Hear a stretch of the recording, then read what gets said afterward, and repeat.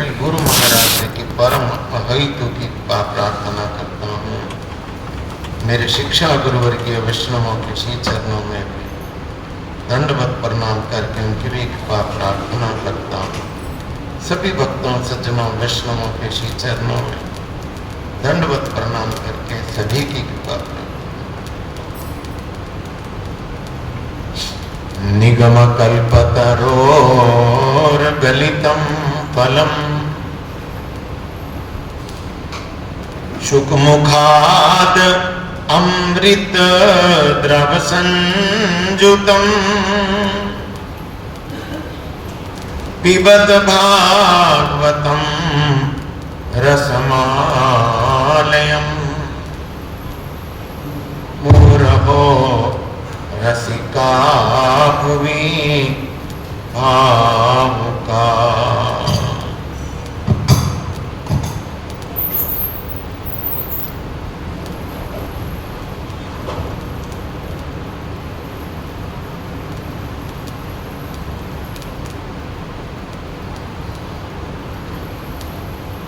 को भवान परया लक्षम्या रोचते अद्भुत दर्शनः कथं जुगुप्सिता मेतां गतिं वा प्रापितो अवशः। भगवान के श्री चरण कमल के स्पर्श से वो जो सर्प अजगर नंद महाराज को ग्रसन करने का प्रयास कर रहा था, भगवान के चरण कमल के स्पर्श से उसे पुनः विद्याधर भेद की प्राप्ति हो गई और वो उस प्रकार विद्याधर बन के भगवान के सामने में खड़ा हो गया। तब पूछा, भगवान ने पूछा, अपूर्व सौंदर्य एवं कांति से युक्त श्रेष्ठ पुरुष आप कौन हैं? आपके चेहरे का तेज, आपका सौंदर्य, इतने सुंदर पुरुष, इतने तेजवान पुरुष आप कौन हैं? किस कारण से आप अनिच्छा पूर्वक इस निंदित सर्प योनि को प्राप्त हुए हैं? आप इतने सुंदर हैं, इतना तेज है, क्या बात है जो आपको इस प्रकार की अजगर योनि सर्प योनि प्राप्त हुई? तब जो सर्प था उसने जवाब दिया भगवान को।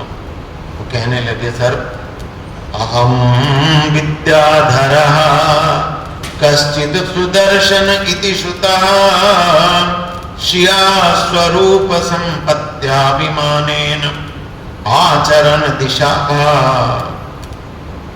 ऋषीन् विरूप अंगिरसः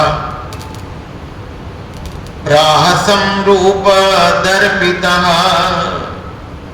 तै इमाम प्रापितः योनिं प्रलब्धे स्वेन पाप मना। उसने जवाब दिया,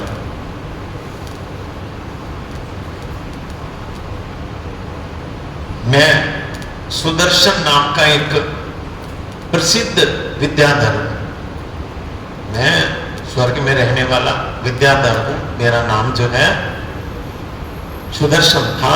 एक समय मैं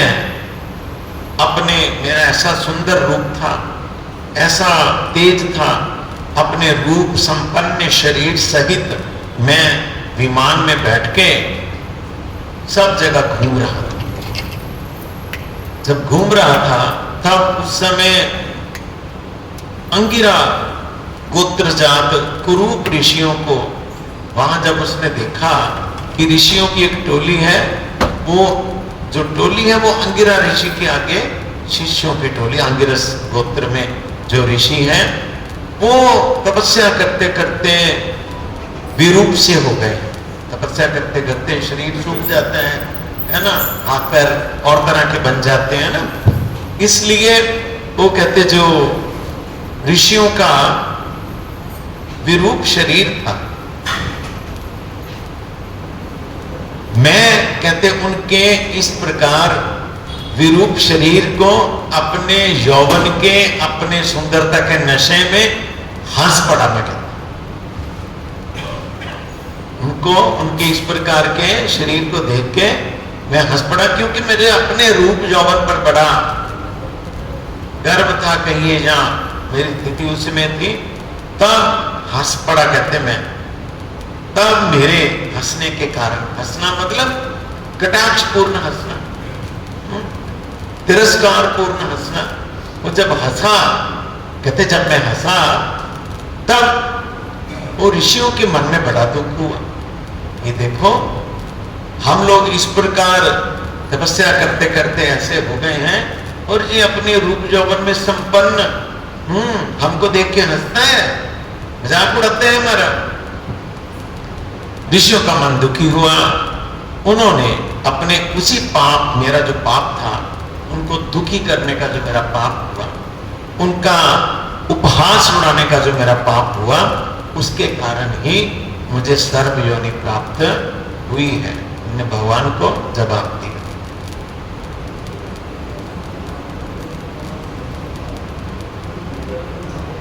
विद्याधर तो एक वो है, एक ग्रुप है, जैसे किन्नर है, स्वर्ग के कितने वर्ग हैं, बजाने वाले हैं, गाने वाले हैं, नाचने वाले हैं, उनमें एक क्लास ये है विद्याधर। वो नाचना गाना,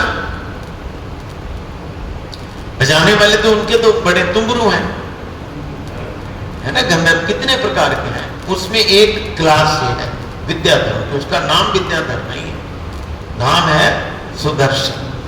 तब वो कहने लगा इस प्रकार मुझे शाप मिला। शापो में अनुग्रह यैव कृतस्ते करुणात्म भी यदहम लोक गुरु नाम पदा स्पृष्टो हता शुभ। कहते भगवान अब मुझे ऐसा लग रहा है, अब मैं ऐसा महसूस कर रहा हूं, अब मैं ऐसा देख रहा हूं कि वो जो ऋषि थे वो बड़े ही करुणामय, बड़े ही करुण स्वभाव संपन्न लिखा जाए, बड़े ही करुण स्वभाव संपन्न, मतलब मैं तो सरल करके बोलता हूं कि वो ऋषियों का दिल जो है बड़ी दया से भरा हुआ था, उनका दया से भरा हुआ था। अतः उन ऋषियों ने मुझ पर कृपा करने के लिए ही मुझे इस प्रकार का शाप दिया, क्योंकि भगवान के जो ऋषि मुनि भक्त हैं उनके मन में तो हमेशा ही दूसरे के लिए करुणा रहती है। बद्ध जीव का स्वभाव इसके उलट होता है। बद्ध जीव जो है वो ऐसा नहीं कर सकता, उसका है पर दुखे सुखी और पर सुखे दुखी, उसका ऐसा रहता है। दूसरे के सुख में बड़ा आनंद लगता है उसको ना, दूसरे के दुख में बहुत आनंद लगता है, और दूसरे के सुख में उसका मन दुखी हो जाता है। बद्ध जीव का स्वभाव ऐसा। परंतु जो ऋषि मुनिगण लोग, भगवान के भक्त लोग, साधु लोग जो हैं, उनका मन जो है अपने पर जब उन्हें कष्ट आए तो उन्हें महसूस नहीं होता, दूसरे पर कष्ट आए तब उनका दिल पिघल जाता है ना। ऐसा होता है कि संत हृदय नवनीत समाना, कहा कहीं कभी पर कहे न जाना। उनका दूसरे का दुख देख के जैसे मक्खन पिघल जाता है, ऐसे भी उनका दिल कोमल होता है, पिघल जाता है। अतः उन्होंने मुझ पर कृपा करने के लिए ही मुझे शाप दिया, क्योंकि हे भगवान, अगर वो शाप ना देते, उनके शाप के कारण ही मैं त्रिलोक के गुरु, त्रिलोक के गुरु का मतलब जगत गुरु, भगवान कौन है? जगत गुरु है सबके, कृष्णम वंदे जगत गुरु। तो कहते हैं उनके शाप के कारण ही आज मैं कहते देख रहा हूं त्रिलोक के गुरु आप स्वयं भगवान, आपके श्री चरण कमलों के स्पर्श से मैं उस अजगर जोनी से, उस पाप से मैं मुक्त हो गया, जो उन्होंने कहा। फिर अपने अपार करुणा वरुणालय, अपार करुणा वरुणालय क्या अर्थ होता है इसका? करुण, वरुणालय का मतलब समुद्र। आप हैं किसके समुद्र? करुणा के। कैसा समुद्र? अपार, जिसका के पार है ही नहीं। अपार करुणा वरुणालय श्री भगवान के चरण कमल का स्पर्श लाभ करके उस सर्प के पूर्व जन्म के संचित जो दुष्कर्म थे वो नष्ट हो गए। सब पूर्व जन्मों के जो जो उसके कर्म थे सब चले गए। श्री भगवान के अनुग्रह से उसका सर्प शरीर से उद्धार हुआ और वह विद्याधरों के द्वारा पूजित होकर दिव्य शोभा को पाने लगा। इस आश्चर्यमय कथा को सुनकर सबके मन में यह जानने की इच्छा होती है कि किस लिए सर्वज्ञ भगवान ने साधारण व्यक्ति के समान उस विद्याधर से यह जानने की इच्छा की कि तुम कौन? जो सृष्टि करता है, संपूर्ण इंद्रियों के प्रवर्तक जो हैं, जो सर्वज्ञ शिरोमणि हैं, ऐसे स्वयं भगवान श्री कृष्ण विद्याधर से ऐसा प्रश्न क्यों कर रहे हैं? वास्तव में लोक कल्याण के लिए ही सामान्य व्यक्ति की भांति भगवान आचरण कर रहे हैं। इसलिए सर्वगुण विभूषित प्रकाशमान वपु विद्याधर स्वरूप पुरुष को हाथ जोड़कर अपने सामने में उपस्थित देखकर भगवान श्री कृष्ण ने पूछा। इसलिए उन्होंने देखा सर्वगुण विभूषित सामने में खड़ा है, प्रकाशमान वपु मतलब शरीर इस प्रकार चमक रहा है और भगवान के सामने में वो विद्याधर हाथ जोड़ के खड़ा है। इसको देख के ही उन्होंने कहा, हे श्रेष्ठ पुरुष, तुम्हारा क्या परिचय है? तुम कौन हो? किस लिए तुमने इस सर्वगति को प्राप्त किया है? तब उस अद्भुत सौंदर्य संपन्न बहु सौभाग्यशाली विद्याधर ने अपना पूर्व विवरण प्रकाश करते हुए कहा, मैं सुदर्शन नाम का एक प्रसिद्ध विद्याधर हूं। अपने रूप सौंदर्य एवं संपत्ति के अभिमान में मैं मत्त होकर मैं विमान में बैठकर इधर उधर स्वच्छंद विचरण करता था। इस प्रकार भ्रमण करते हुए एक दिन मैंने अपने रूप सौंदर्य के नशे में मत्त होकर तपस्या के कारण शुष्क हो गए एवं अत्यंत दुबले पतले विकृत आकार वाले आंगिरस ऋषियों को देखकर उनका उपहास किया, मजाक उड़ाया। मेरे उस अपराध के कारण उनके शाप से मुझे इस प्रकार सर्प योनि में पतित होना पड़ा। जिस प्रकार खल स्वभाव सर्प, खल स्वभाव का मतलब मूर्ख स्वभाव, मोटा स्वभाव, जिस प्रकार खल स्वभाव सर्प अकारण ही दूसरों का अनिष्ट करता है, विष की ज्वाला से मनुष्यों को जर्जरित करता है, उसी प्रकार मैंने भी अपने रूप गर्व में गर्वित होकर बिना कारण ही सर्वजन मान्य आंगिरस ऋषियों का स्पर्धा के साथ उपहास किया। क्या स्पर्धा? हाँ, कि मैं इतना सुंदर हूं और ये कैसे है। उन तपोनिष्ठ तपस्वियों के शांत चित्त को उद्वेग प्रदान कर दिया मैंने। मेरे मजाक से उन ऋषियों का जो मन था वो दुखी हो गया। इसलिए तो बोलते हैं किसी को मन से भी नहीं दुखाना चाहिए, उसका मन कष्ट पाएगा। भक्त का जो भजन करने वाला है तो अच्छा नहीं होता है। क्यों किसी का मन दुखाना? जरूरत क्या है? हमारे यहाँ के एक सेठ थे, अभी तो शायद है नहीं, बहुत बड़ा उनका काम था।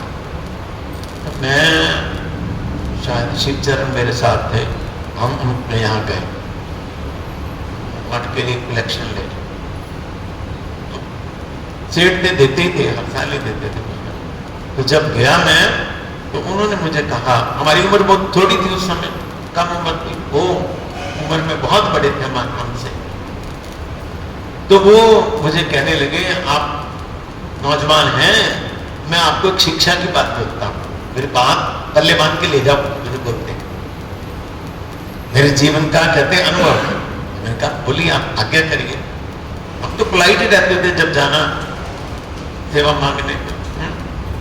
उन्होंने मुझे कहा कि देखो, अगर किसी के व्यवहार से तुम्हारा मन दुखी होता है, किसी के व्यवहार से, किसी की बात से तुम्हारा मन दुखी होता है, तो कम से कम तुम ना किसी का मन दुखी करने का प्रयास कर। अगर कहते किसी के व्यवहार से आपका मन दुखी हो जाता है, आपके मन को ठेस लगती है, तो कम से कम आप किसी से ऐसा व्यवहार ना करना जिंदगी में जिससे दूसरे का मन दुखी। तो मैंने उनकी बात देखा, कितनी वजनदार बात है, बात तो ठीक ही है। हम दूसरे को, हम अपने पर जब लेते हैं, हमको कोई कष्ट दे, देखो इसने ठीक नहीं किया, इतना तमीज ही नहीं बोलने की, इसको ये नहीं, इसको वो नहीं, 50 बातें हम कर देते हैं। और हम दूसरे के साथ कैसा व्यवहार करते हैं, ये हम चिंता नहीं करते कि हमारे बोलने से, हमारे बात करने से दूसरे बंदे को क्या कष्ट होगा। ये वैष्णवाचरण नहीं है, इस प्रकार बोल के दूसरे को कष्ट देना। सहने की आदत डालनी चाहिए। दूसरे ने जो कुछ कह दिया उसको, अरे कब आए तुम? हाँ जी, हाँ है, रहोगे? स्वयं सहने की आदत डालनी चाहिए और भरसक प्रयास करना चाहिए कि आपको आपकी बात से किसी का चित्त ना। सामने में थप्पड़ मारना तो बहुत दूर की बात है। ये जो सामने में थप्पड़ मारा हुआ ना, ये तो फिर भी भूल जाता है। जो अंदर में दिल को जो कष्ट होता है वो भूलता नहीं, उसकी मार कभी भूलती नहीं है। इसलिए क्यों किसी को कष्ट देना। हमेशा कोशिश करना चाहिए, आप सह जाना चाहिए। हाँ,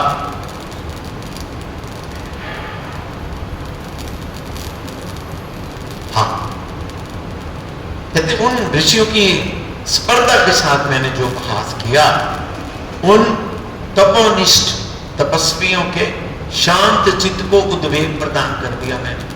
वो तो शांत चित्त रहने वाले तपस्वी, तो उनको मेरे कटाक्ष से, मेरे हंसने से वो कष्ट हो गया। कैसा देखो मूर्ख है, इसको इतना नहीं पता ये जो रूप यौवन है ये सदा के लिए नहीं होता है, ये हमेशा जवानी रहेगी, हमेशा रूप रहेगा, ये हमेशा नहीं रहता है। तो समय है, जितना समय है। इसलिए इस कारण ऋषियों का जो शाप था, उसके कारण मुझे सर्प योनि की प्राप्ति हुई। यहाँ श्रीमद् भागवत का एक श्लोक 10वें स्कंद का कोट किया गया है। उसका अर्थ है, जीव अपने ही कर्म के द्वारा विभिन्न प्रकार की योनियों में जन्म ग्रहण करते हैं। नरक मिलता है, स्वर्ग मिलता है, अपने अपने उसके कर्मों के अनुसार ही उसको गति प्राप्त होती है। इसलिए उसे सुख दुख भय क्षेम संपदा सभी कुछ अपने ही कर्मों के द्वारा उसे प्राप्त। जीव सर्व समर्थ भगवान जीव के कर्म अनुसार उन्हें शुभ अशुभ फल प्रदान करते हैं। भगवान जो है, जैसे जीव कर्म करता है उसको अच्छों का फल अच्छा, बुरों का फल बुरा भगवान उसको प्रदान करते हैं। सुदर्शन विद्याधर ने ऋषियों को करुण स्वभाव कहकर संबोधित किया है एवं उनके द्वारा प्रदत्त अभिशाप को परम शुभ आशीर्वाद कहा है। जो पहले उनको देख के हंसता था, अभी बोलता है नहीं नहीं, ये ऋषि तो बहुत दयालु है, बहुत कृपालु है ये ऋषि। क्योंकि ऋषियों के अभिशाप से सुदर्शन विद्याधर ने यद्यपि सर्प योनि प्राप्त की है, किंतु उसके फलस्वरूप उसे करुणा वरुणालय श्री भगवान के श्री चरण कमल का स्पर्श भी लाभ हुआ है। उसने यथार्थ ही अनुभव किया, वास्तव में अनुभव किया कि भगवद उपासना परायण ऋषियों आदियों का स्वभाव ही वास्तव में करुणा से भरा हुआ होता है। जो भगवत ये लिखा है क्या, कौन भगवद उपासना परायण ऐसे ऋषि जो भगवान के भजन में लगे रहते हैं, ऐसे ऋषि, उनका स्वभाव दूसरे के प्रति दया से, करुणा से भरा ही रहता है। उस समय मेरे उद्धार के लिए उन्होंने वह अभिशाप ही मेरे लिए उत्तम औषधि स्वरूप जानकर मुझे प्रदान किया। उन्होंने देखा कि इसको जो बीमारी है, क्या बीमारी है, अपने रूप पर, अपने यौवन पर, अपनी सुंदरता पर ये गर्वित है, ऐंठता फिरता है, अतः इसकी बीमारी का इलाज करना पड़ेगा। उन्होंने सोचा तो जैसी जैसी बीमारी होती है वैसा वैसा भी दवाई भी वैसे दी जाती है। ऋषियों ने देखा इसको कुछ बोलने से, समझाने से ये समझेगा नहीं, अपने रूप के यौवन में घूमता रहेगा, अतः इसका परमानेंट इलाज कर देना चाहिए, जिससे इसको अपने रूप यौवन का अभिमान चला जाए। अतः उन्होंने सोचा मेरे लिए उत्तम औषधि स्वरूप जानकर मुझे अभिशप्त किया, अन्यथा अपने किए हुए भयंकर अपराध के कारण अवश्य ही उसको दुर्विशः नरक यातना भोगनी पड़ती। उस सर्प को अगर ऐसा उसने अपराध किया, अगर वो शाप ना देते तो उसको अनंत काल तक नरक में रहना पड़ता। किंतु अभिशाप के कारण, अभिशाप स्वरूप ऋषियों की उस दया के कारण ही श्री भगवान के चरण कमलों का स्पर्श पाकर वह धन्य, अति धन्य हो गया। उसके समस्त अशुभ चले, सब जो है शुभ, जो उसके अशुभ का मतलब जो उसका मलिनता थी, पाप कर्म थे, सब उसके चले गए। तम त्वां भवभीतानां प्रपन्नानां भयापहम् आपृच्छे शापनि निर्मुक्तः पादस्पर्शाद् मीमहन्।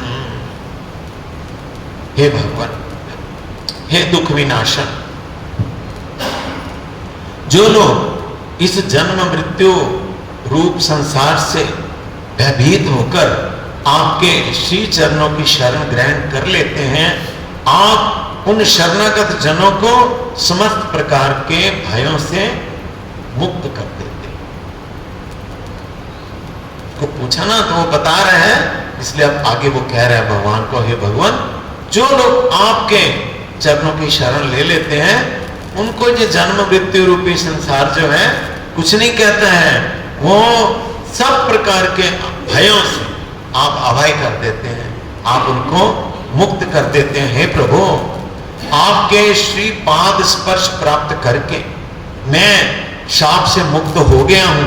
अब मैं अपने लोक में जाने के लिए आपसे अनुमति चाहता हूं, स्वर्ग में जाने के लिए मैं वहां जाऊं, मैं जहां से आया था, मैं अनुमति चाहता हूं।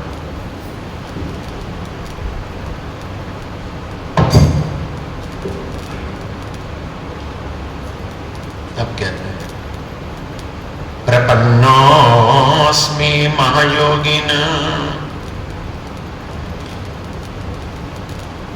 प्रपन्नो अस्मि महायोगिन महापुरुष सतपते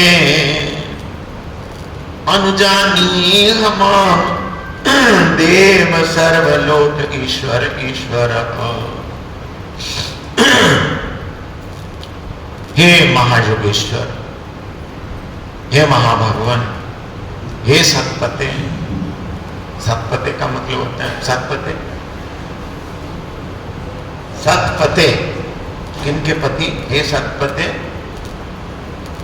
का मतलब भक्त, सात वस्तु। हे सतपते, हे भक्तों के स्वामी, ऐसा बोल।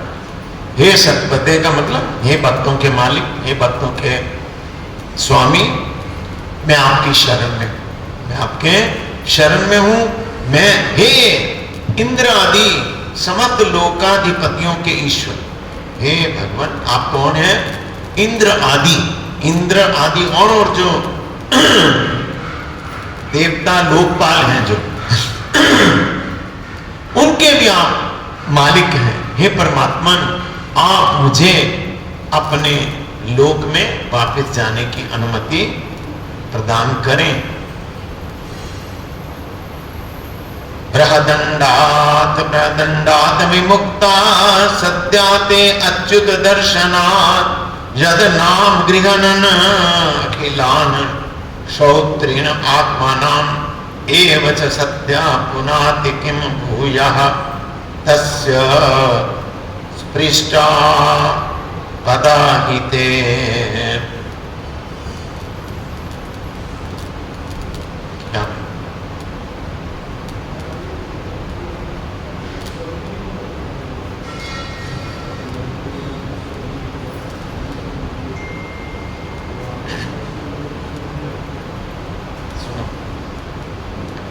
वो जो ऐसा होने से पहले जिसको इतने रूप जोमन का भी मान था, अभी उसका चला गया, अब उसको लगने लग गया मैं तो यहां वृंदावन में रहने के लायक ही नहीं हूं। मेरी योग्यता बन गई यहां वृंदावन में निवास करने की, ऐसा उसका हो जाता है, जिसका अभिमान शून्यता हो जाती है। नरोत्तम ठाकुर ने क्या बोला है, कभी आमी हेरेब श्री वृंदावन, बोला कि नहीं, क्या बोला, बोलो पूरी लाइन। अरे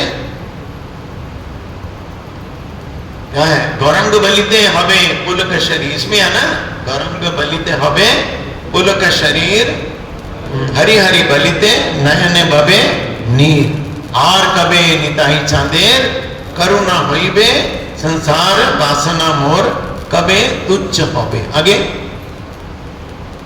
कबे तुच्छ होबे, नारायण देखो तो आता है संसार वासना मोर, मुझे आता है याद भूल गया, संसार वासना मोर कब विषय छाड़िया कबे शुद्ध होबे मान कबे हम हेरीब। क्या इसका मतलब, विषय, नरोत्तम ठाकुर कहां पर रहते हैं, नरोत्तम ठाकुर कहां रहे, आप वृंदावन में, लोकनाथ गोस्वामी की सेवक बन के रहे, है ना, वहां खदीर वन में, नहीं वहां रहे, तो वहां उनका निवास कैसे हो गया। लोकनाथ गोस्वामी जैसे गुरु मिलने पे भी उनका मन में मलिनता रही, मन विषय में रहा उनका, फिर भी क्या बोलते हैं, विषय छाड़िया, विषय को छोड़ के मेरा मन कब शुद्ध होगा, कब शुद्ध होगा मेरा मन, और कबे आमी हेरीब, मैं कब वृंदावन में आके निवास करूंगा, हमारी योग्यता बन गई। नरोत्तम ठाकुर ऐसा बोल रहे हैं। और एक हमारा मेरे जानने वाला, वो मेरे में 4-5 साल हो गए होंगे रहते, ज्यादा ही हो गए, तो मुझे बोलते थे कुलदीप जी मैं कितने साल से रह रहा हूं, अब तो मैं ब्रजवासी हो गया था, मुझे क्या जवाब दूं मैं, बड़ा मुश्किल। इसका कारण क्या है, कथा को सुना नहीं, महाजनों के विचार को सुना नहीं, भक्तों के विचार को सुना नहीं। इसलिए उन्होंने कहा हे भगवान आप मुझे अपने लोक में जाने की आज्ञा दीजिए। हे अच्युत मैं आपका दर्शन करके अविलंब ही ब्रह्म शाप से मुक्त हो गया, आपका दर्शन मुझे मिला, स्पर्श मिला। अविलंब का मतलब तुरंत, बिना देरी किए ही मेरा शाप चला गया, साथ के साथ इंतजार नहीं करनी पड़ी, अविलंब ही मैं ब्रह्म शाप से, ब्रह्म शाप का मतलब उन अंगिरस ब्राह्मण ऋषियों के शाप से मैं मुक्त हो गया हूं। ये कोई कहते हैरानगी की बात नहीं है, भगवान बोलता है ये कोई ज्यादा आश्चर्य वाली बात नहीं, क्योंकि क्यों बात नहीं है, बहुत इंपॉर्टेंट श्लोक है, ध्यान से सुनना। क्या कहा, हम सबके लिए ही है।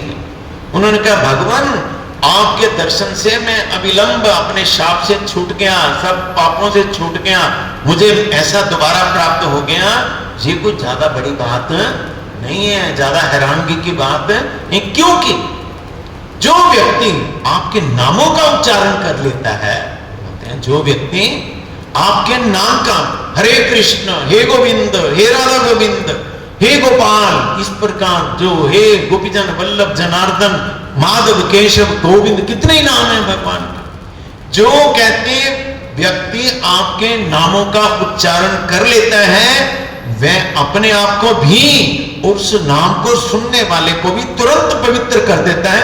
फिर मैं तो साक्षात आपका स्पर्श मिल गया, मुझे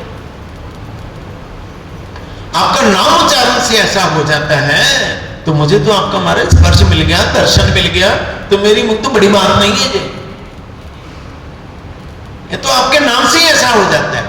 देखिए वो बोल रहे हैं कितना, उसका देखो विद्याधर जो बोल रहे हैं उसका भगवान के नाम में कितना विश्वास है, नाम की महिमा बोल रहे हैं। और किसके लिए? हमारे लिए ही तो है। इसलिए हे भगवान, आपके नामों का उच्चारण मात्र ही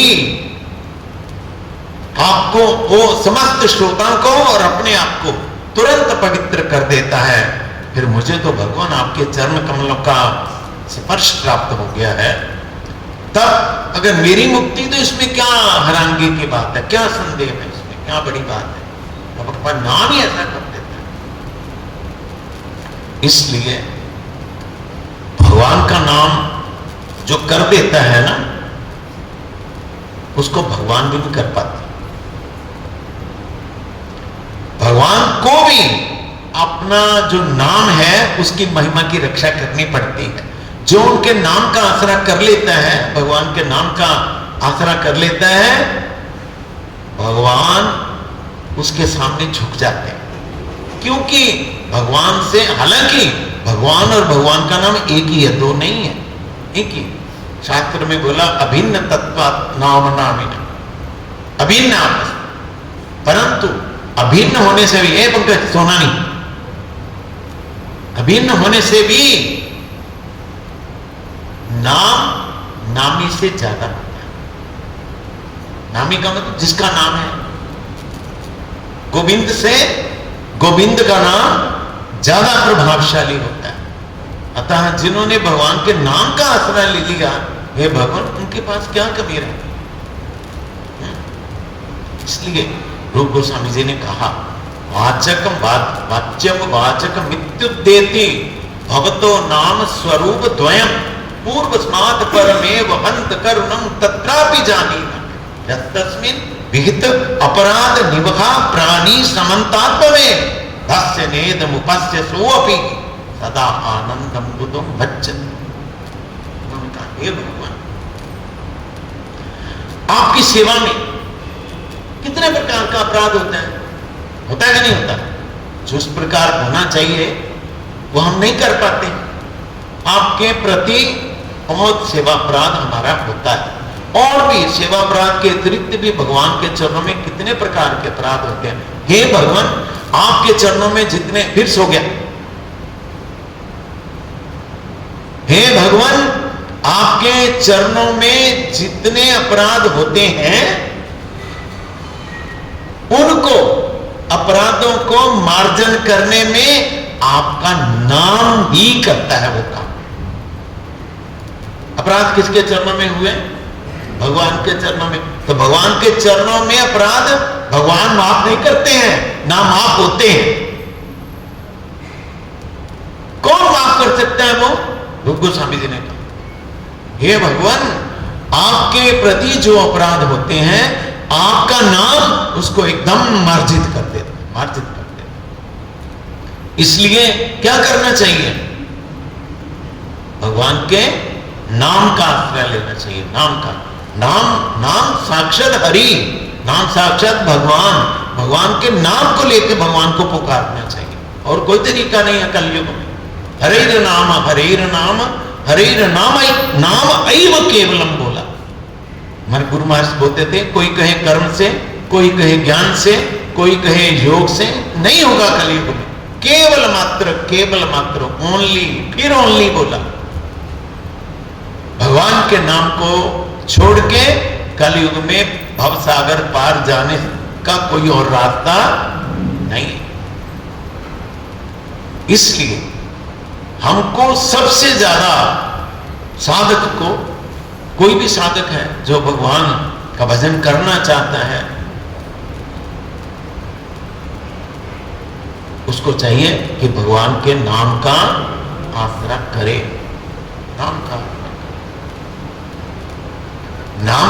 करने से काम बनेगा नहीं। बाकी सब कुछ करो, भगवान का नाम नहीं करना चलेगा नहीं, करना ही पड़ेगा। अभी मुझे हमारे गुरु भाई मिले हैं, वो मेरे बोलते हैं मेरे पास आके थोड़ा बैठिए, अलग से बैठिए, मैं आपसे बात करनी है। तो मैंने कहा बोलिए क्या कहते हैं आप। उन्होंने मुझे कहा देखिए कुलदीप जी, मैं कथा सुनता हूं, नाम लिया कृष्ण की कथा सुनता, बोला मुझे, कहते मुझे ऐसा लगता है कि मैं, मेरे गुरु जी उनके मुख से बोल रहे हैं, जो भी कहा, मैं नाम नहीं कहूँगा, कथा सुनता हूँ, मुझे कथा सुन के बहुत अच्छा लगता है, अच्छा लगता है, मेरी रुचि होती है सुनने की, परंतु नाम में मेरी रुचि नहीं होती। कहते नाम में मेरा रुचि नहीं। मैं कहा कितनी नाम करते हैं? कहते वो तो शुरू से ही हमारा नियम है, 1 लाख तो कम से कम करना ही है रोज का। बताओ वो कहते मुझे 1 लाख तो रोज करना ही करना, वो तो मैं करता ही करता हूं। तो मैंने कहा फिर भी आपकी रुचि नहीं है। हाँ, जो लोग भगवान का नाम जप करते हैं उनको नाम जप करते करते तृप्ति होती नहीं है। इस प्रकार की अवस्था होनी चाहिए। कर लिया 8 माला कर ली, 16 माला कर ली, हो गया, बहुत हो गया, ये क्या है? ये मैक्सिमम हमें अपना समय देना होगा भगवान के नाम जप में। नाम जप करना ही होगा। जिस प्रकार बाकी के सब कामों में हमारी रुचि है, उस प्रकार भगवान के नाम में भी होनी चाहिए। अतः मैं तो बोल रहा हूं, ये तो वही विद्याधरी बोल रहे हैं कि हे भगवान, आपका जो नाम उच्चारण मात्र कर लेता है, नाम उच्चारण मात्र कर लेता है, उससे क्या हो जाता है? वो परम पवित्र हो जाता है और उसके अज्ञान जनित समस्त दोष दूर हो जाते हैं। भगवान का नाम इस प्रकार समर्थशाली है, उसका जो अज्ञान है, अज्ञान के कारण जो वो गलत काम करता है, वो सब दूर हो जाते हैं। भगवान श्री कृष्ण के नाम के उच्चारण मात्र से ही जब परम अभीष्ट लाभ हो जाता है, तब उनका चरण कमल का स्पर्श करके सुदर्शन विद्याधर चिरकाल के लिए कृतार्थ हो जाएगा। इसमें संदेह क्या? क्या इसमें हैरानगी की बात है? ये जितने भी भागवत के प्रसंग हैं, जितनी शिक्षा है, कहीं ना कहीं हर बात में शुद्ध भजन के लिए, शुद्ध भक्ति के लिए, शुद्ध भक्ति के लिए क्या तरीका है, वो इसलिए महाप्रभु की शिक्षा में ये उन्होंने, हमारे गुरु महाराज भी बोलते थे, महाप्रभु शिक्षा में बोलते थे, गुरुजी इसको अंडरलाइन कर लो कि हमारी जो शिक्षा हमको है वो किसके लिए है? जो भागवत में शिक्षा दी गई है, भागवत महापुराण में जो शिक्षा दी गई है, हमको उसको ही देखना, और ज्यादा इधर उधर अपना मन करने की जरूरत नहीं है। क्योंकि सभी शास्त्र लिखने के बाद ही तो श्रीमद् भागवत की रचना की व्यासदेव जी ने।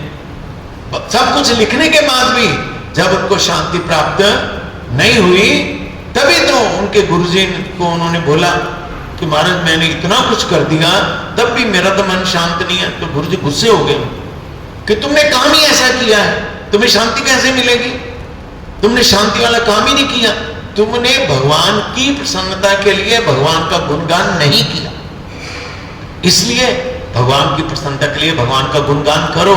तब उन्होंने इस श्रीमद् भागवत महापुराण को रचना की, लिखा इसको।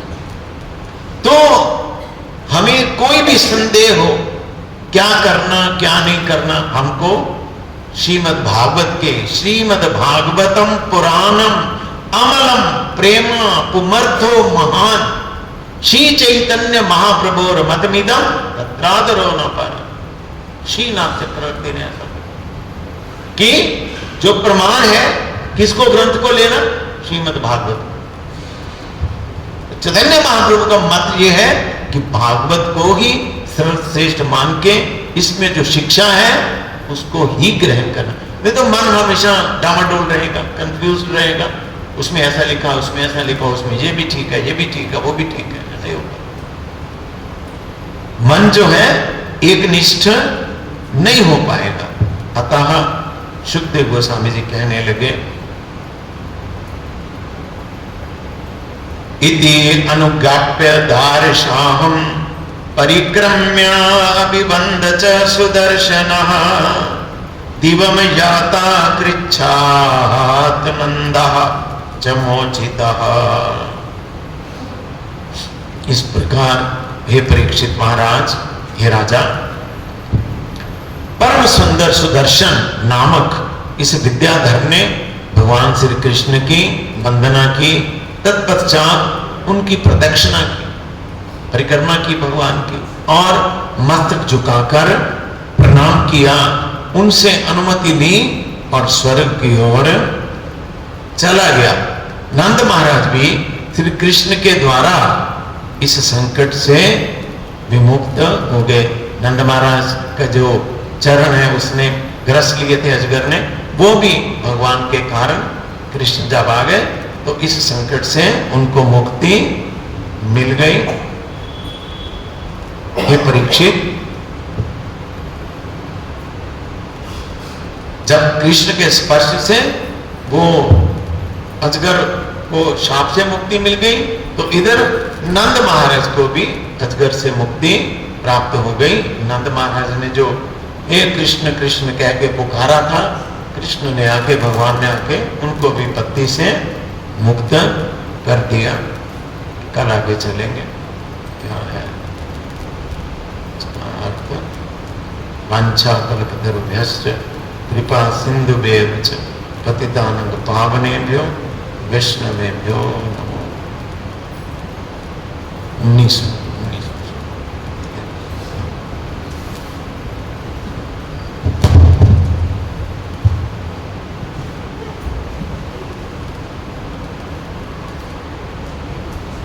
भगवान के नाम का कैसा महत्व,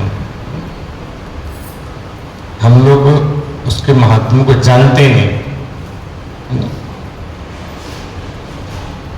लेकिन रामायण में लिखा राम एक तापस तन तारे, कहते राम एक तापस तन। अहिल्या का उद्धार किया भगवान ने अपना चरण स्पर्श करके। नाम अनेक खल कुमति सुधारे, कहते नाम ने कितने कितने कुमति जो है, खल जो है, जो मूर्ख आदमी है, उनको भी सुधार।